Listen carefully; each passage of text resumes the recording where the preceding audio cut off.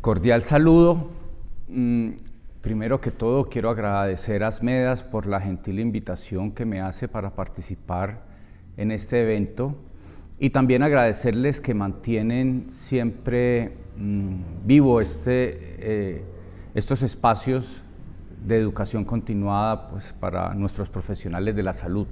Siempre me parece importante que cada año estamos revisando temas médicos para la región. Entonces agradezco mucho a Asmedas. Hoy voy a hablar sobre las enfermedades infecciosas en poblaciones indígenas como una experiencia de trabajo ya de bastantes años, principalmente en el departamento del Chocó. Aclaro también que las fotos que comparto en la presentación todas son fotos propias, tomadas por supuesto con el consentimiento de las comunidades. Como les decía, este es, digamos, un resumen del trabajo de más de 20 años, un trabajo con equipos de la Universidad Pontificia Bolivariana, también de la Fundación Universitaria San Martín, incluso con apoyo también en algunas ocasiones de la Universidad de Antioquia, con pueblos indígenas en el departamento del Chocó. Recordemos que allí viven cerca de 85.000 indígenas que pertenecen a 7 etnias diferentes. La familia Embera, donde están los Embera Chamí, Embera Eyávida, Embera Catíos y Embera Dóvida, están los Huaunán, los Gunadule y algunos cenúes que emigraron de la zona de Córdoba y están ubicados en el Bajo Atrato. A lo largo de estos años hemos desarrollado proyectos sobre tuberculosis, un problema muy importante para estas comunidades. Malaria, estuvimos trabajando en la época del COVID con las comunidades. Parasitosis intestinal, trabajos de nutrición y también algunos acercamientos sobre la medicina tradicional. Pues hace falta mencionar que el Chocó en general, pues y sobre todo en particular las comunidades indígenas que viven allí, que casi todos son población dispersa, tienen muy poco acceso a los servicios de salud. La infraestructura estatal, las dificultades geográficas, las dificultades por el conflicto armado hacen que estas poblaciones, tanto los indígenas como los afro, pues tengan dificultades para acceder a servicios de salud adecuados. Indicadores básicos, porque podría aquí mencionar muchísimos más, pero indicadores básicos como la mortalidad materna y la mortalidad menores de 5 años están 3 o 4 veces por encima del promedio nacional, lo cual hace que estas poblaciones sean particularmente vulnerables. Y otro punto importante es que son pocos los datos que hay acerca de esta situación. No hay muchas investigaciones en el territorio y yo creo que hay que rescatar pues todos los trabajos que se hacen en esta zona. Este es el departamento del Chocó, en la costa pacífica colombiana, la parte norte. Allí habitan cerca de esos 75.000 indígenas, están ubicados en 250 comunidades indígenas, en 117 resguardos, que son los territorios que los albergan a ellos. Los datos que voy a presentar hacen parte de la consulta de la única IPS indígena que hay en la zona, que se llama IPS indígena Archichijay. Y digo, es la única IPS indígena en realidad porque, aunque hay otras IPS que son particulares, tienen nombre indígenas, esta es una IPS indígena que pertenece a los cabildos indígenas, entonces es realmente, de acuerdo a la normativa, la única IPS indígena, y esta está ubicada en los municipios que más indígenas tienen en el departamento del Chocó, como son el Alto Baudó, Bojayá, Yoró y Quibdó. Esos 3 municipios por lo menos, y también Quibdó, donde han migrado muchos indígenas, son los municipios con mayor número de indígenas. Voy a presentar tanto datos de la consulta hecha en esta IPS como de la consulta atendida en brigadas de salud que hemos hecho con el apoyo de las organizaciones indígenas y de las universidades que mencioné al principio. Todas estas intervenciones siempre han contado con el aval del Comité de Ética de la Universidad Pontificia Bolivariana. Entonces, para la IPS tomamos datos sobre el motivo de consulta, la edad, el sexo de los pacientes, los diagnósticos de acuerdo a la normativa CIE-10, y de las brigadas de salud también tomamos pues el motivo de consulta, la edad y el diagnóstico sindromático, porque en ocasiones en estas brigadas no nos ceñíamos exactamente pues al diagnóstico CIE-10, pero en la mayoría de casos eran diagnósticos sindromáticos realizados por los médicos. Esta es la población en general atendida según sexo y edad. Podemos ver que los pacientes que más consultan pues son los menores de 10 años, siendo los más importantes los que están entre 1 y 4 años. Por sexo también podemos ver que las mujeres consultan más que los hombres, y hay otro pequeño pico en los mayores de 50 años que también consultan, pero claramente los menores de 5, de 9 años es la población que más consulta. Acuden pues tanto a las brigadas de salud como a la IPS indígena. Los principales problemas en los menores de 1 año y en los que tienen entre 1 y 5 años pues son las enfermedades infecciosas, las infecciones del tracto respiratorio superior, la fiebre. Aquí hago una mención particular porque este diagnóstico de fiebre nosotros en principio no teníamos herramientas de laboratorio para aclarar cuál era el origen de la fiebre, pero muchos de estos pacientes con fiebre tenían que ser remitidos para hacer la prueba de malaria. Empezábamos por ahí, un paciente con fiebre pero sin síntomas y signos respiratorios ni urinarios, sospechábamos siempre que podía ser una malaria y eran remitidos a los servicios de diagnóstico de malaria que tiene el departamento. Pero entonces tenemos en los menores de 1 año infecciones del tracto respiratorio superior, fiebre, diarrea, infecciones del tracto respiratorio inferior y muchas enfermedades también en la piel. En los pacientes entre 1 y 5 años es bastante similar, también con fiebre, diarrea, infecciones del tracto respiratorio superior y también muchas enfermedades en la piel y tejidos blandos. En la población de 6 a 19 años tenemos parasitosis intestinales. Es increíble todos los ejercicios que en alguna ocasión hemos hecho con proyectos de investigación financiados. Hemos encontrado prevalencias del 98-99% en niños y adolescentes de parasitosis intestinal.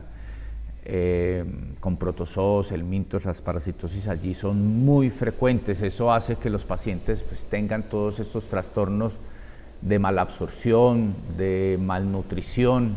Definitivamente la parasitosis intestinal es un problema muy serio. Las infecciones del tracto respiratorio, fiebre, infecciones en piel, tejidos blandos, diarrea e infecciones del tracto respiratorio inferior. Entonces vemos que todas las primeras 5 causas de consulta en los grupos de edad prácticamente son las mismas. Tenemos aquí la población adulta, población entre 20 y 49 años. Aquí empiezan a aparecer otros diagnósticos como el dolor abdominal, enfermedad acidopéptica, también empieza a aparecer. Continúa la fiebre. En todos los grupos de edad hay fiebres a determinar o síndrome febril que, como les digo, en la mayoría de ocasiones, después de haber sido remitidos a los servicios de diagnóstico de malaria, muchos de estos pacientes tenían malaria. Anemia, empieza a aparecer cefalea, empieza a aparecer infección del tracto urinario, pero en general seguimos presentando muchas enfermedades infecciosas en este grupo de edad. Ya en los mayores de 50 años, el principal motivo de consulta tiene que ver con alteraciones osteomusculares, ¿sí? Muchos dolores de espalda, traumas, daño en las rodillas. Continuamos con fiebre.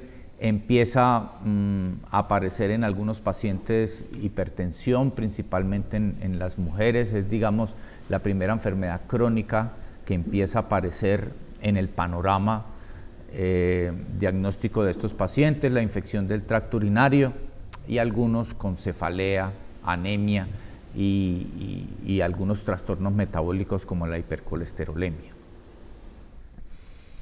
¿Qué podemos concluir de esto? Porque las cifras, pues sí, dicen una cosa, siempre estamos acostumbrados como a ver las cifras, pero ¿cómo digerimos esas cifras? ¿A qué conclusiones podemos llegar y sobre todo cómo podemos nosotros abordar esa problemática? Entonces, primero decir que para los pueblos indígenas del Chocó el concepto de salud es un concepto más amplio que el que nosotros tenemos. Nosotros siempre hemos hablado de que la salud es el bienestar físico, mental y social.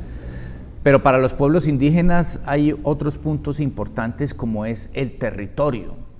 Para ellos, si los territorios están afectados o son territorios no saludables, eso tiene que ver con la enfermedad.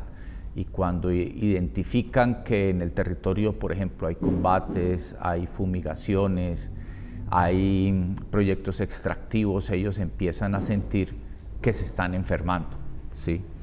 La familia es muy importante. Ellos identifican que si una persona en su grupo familiar está enferma, ya altera, digamos, toda la armonía de la familia y de la comunidad.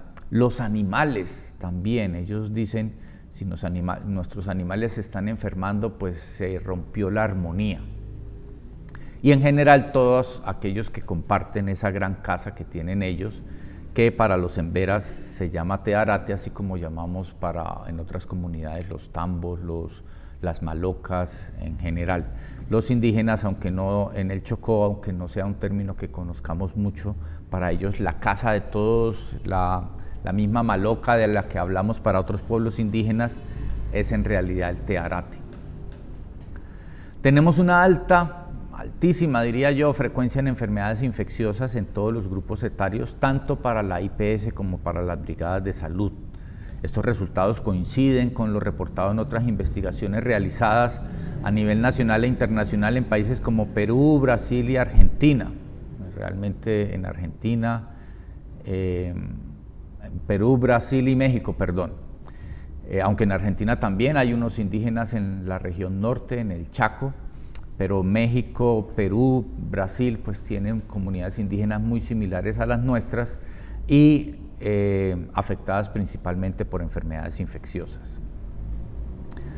Las enfermedades propias tienen un determinismo espiritual y mágico. Eso es muy importante porque eso es lo que motiva que ellos se demoren en consultar o nunca consulten, porque para ellos las desarmonías son o de origen espiritual, que había un espíritu en la selva, en el río, rondando la comunidad, que ingresa en algunas personas y produce la enfermedad, pero también un origen mágico generado por animadversiones. Entonces es cuando una persona tiene algún problema con otro miembro de la comunidad y prepara, junto con unos sabedores ancestrales, prepara, digamos, una ceremonia para hacerle daño a esa otra persona. Entonces, para los indígenas en el Chocó, las dos principales fuentes de enfermedades, o que me llegó un espíritu que estaba rondando la comunidad, la selva, o que me lo mandó alguien como por un efecto mágico.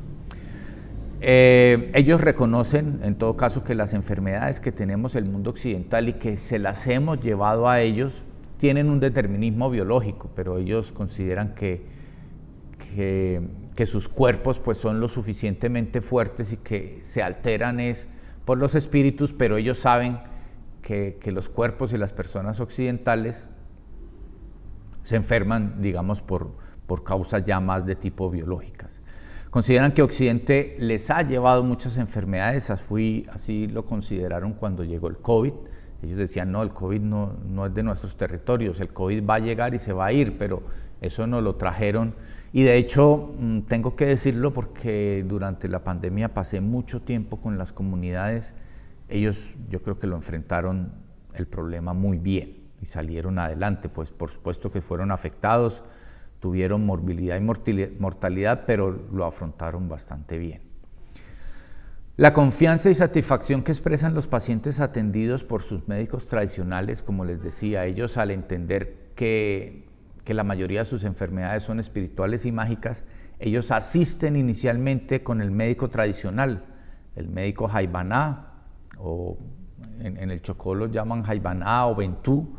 En otras regiones del país pues tienen otros nombres, chamanes, bueno, tongueros, pero ellos suelen asistir inicialmente donde el médico Jaibaná. Y el médico Jaibaná hace una ceremonia, en la cual utiliza plantas, utiliza bebidas, y eso nos hace pensar o nos hace plantear, como lo hace Lévi Strauss, de que existe una eficacia simbólica. Esos simbolismos para ellos son muy importantes, y muchas veces nosotros, cuando intentamos empezar a intervenir estas comunidades, pues chocamos con esos simbolismos y los queremos retirar o anular, y eso para ellos es muy complejo. Yo pienso que hay que entender que esos simbolismos pues tienen alguna eficacia, algún tipo de eficacia, y que lo que nosotros tenemos que hacer es complementar esa medicina tradicional con los conocimientos que nosotros tenemos desde el mundo occidental. Los pacientes y las comunidades reconocen y necesitan esos simbolismos, y también hay que mencionar, nosotros en el mundo occidental también tenemos simbolismos, también en muchas ocasiones nosotros recurrimos, no sé, a una ceremonia religiosa, a un grupo de oración, a la colocación de las manos por parte de los familiares para recibir una especie de auxilio para curarnos de nuestras enfermedades, y eso lo practicamos, lo seguimos practicando, y tiene un grado de simbolismo. Para ellos lo tiene, digamos, un poco más representativo, y lo que creo yo no debemos hacer nunca es retirarlo. Lo que debemos decir es que tenemos que complementar esos tratamientos simbólicos que ellos tienen con tratamientos de origen pues biológico. Sobre la malaria, ellos dicen que la malaria pues habita en el mosquito, que tienen unos problemas que tienen que ver pues con el tratamiento, y es que en muchas ocasiones una familia y uno de los miembros de la familia tiene fiebre, va a los sitios de diagnóstico de la malaria, le diagnostican malaria, y el problema grande que tenemos es que ellos regresan y dicen, no, si a mí me dio malaria, toda la familia va a tener malaria, y comparten el tratamiento. Entonces, en muchas ocasiones no completan el tratamiento adecuado los pacientes con malaria, y eso hace que, por supuesto, podemos entenderlo, que tengan recaídas. Ellos aceptan en principio todo el apoyo occidental, lo que pasa es que en muchas ocasiones no les da tiempo pues para volver a los controles, para hacerse todos los exámenes que les envía el médico tradicional. La tuberculosis es una de las enfermedades que más impacto tiene en ellos. En algunas de las comunidades tenemos cifras que pueden ser hasta 6 veces más altas que en el pueblo, que en nuestro mundo occidental. Los pueblos indígenas en el Pacífico la reconocen con 2 términos, que son Osohayo Etikowa, y para ellos la tuberculosis tiene un determinismo que es puramente espiritual. Ellos consideran que cuando una persona va a los territorios, va a sus selvas y se comporta mal porque tumba más árboles, daña la vegetación o caza más animales de los que debería, pues digamos la selva o el territorio se enoja y le manda ese espíritu y lo enferma, ¿cierto? Entonces, en ese orden de ideas, para ellos la tuberculosis pues no se transmite persona a persona y no requiere de tratamientos farmacológicos, sino requiere del tratamiento que hace un jaibaná a través de los espíritus. Ahí es donde debemos intervenir nosotros y decir, ok, si van a hacer una ceremonia, si van a retirar ese espíritu, lo podemos entender, pero en estos casos necesitamos complementar el tratamiento con estas pastillas, y ellos en realidad aceptan para tomarlo. Otro problema que tenemos son muchas barreras culturales, empezando por el idioma, empezando por la forma de vestir, pues por las maneras de crianza, por la forma como ellos llegan a los hospitales, que se viene toda la familia. Cuando hay un enfermo se viene toda la familia. Eso hace bastante difícil la atención para los pueblos indígenas. Poca disponibilidad de pruebas en general, y eso es por la infraestructura de salud pues, que hay en el Chocó, que es difícil. Siempre acudirán a tratamientos tradicionales primero que los occidentales. Tienen cierta desconfianza con los medicamentos occidentales, además que en la mayoría de veces, y esto es por los problemas que tienen las EPS, las IPS, ellos van, les dicen tienen que comprar medicamento y al final pues no compran nada porque ellos no tienen dinero. Yo tengo que decir y reiterar lo que ellos están abiertos en realidad al diálogo. Uno no puede decir no, con ellos no se puede porque se van pues a tomar sus brebajes ancestrales, se van es donde su jaibaná, pero no. Lo que hay es que ir hasta sus comunidades y sentarse a hablar con ellos. Yo creo que eso termina siendo muy efectivo. Es diferente cuando ellos vienen a nuestros hospitales y nosotros tratamos de hacerlos cambiar de opinión. Muchas veces no funciona. Ellos llegan al pueblo, quieren ser atendidos y regresarse rápidamente. Cuando uno les propone que se tienen que quedar para hacer exámenes o para recibir un tratamiento, casi nunca lo hacen.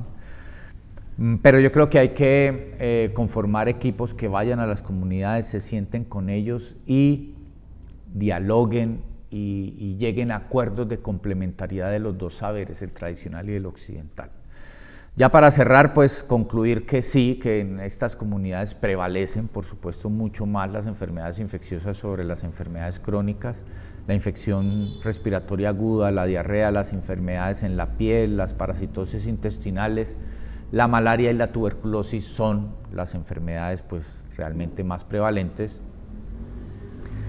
Y recordar también que toda intervención que vayamos a hacer tiene que ser con equipos realmente que tengan competencias culturales, que tengan un enfoque diferencial étnico, porque no cualquiera pues puede llegar allá si uno no tiene cierta empatía, si uno no tiene respeto por el otro y si uno no reconoce que ellos tienen un sistema médico tradicional muy diferente al nuestro, muy diferente. Yo no lo practico, pero lo respeto. O sea, tienen un sistema médico tradicional que procura que también que los pacientes se mejoren, lo hacen diferente, pero los equipos que van a trabajar deben partir de ese respeto y deben proponerles que esos conocimientos ancestrales pueden y deben ser complementados con la sabiduría que nosotros hemos construido también desde el mundo occidental.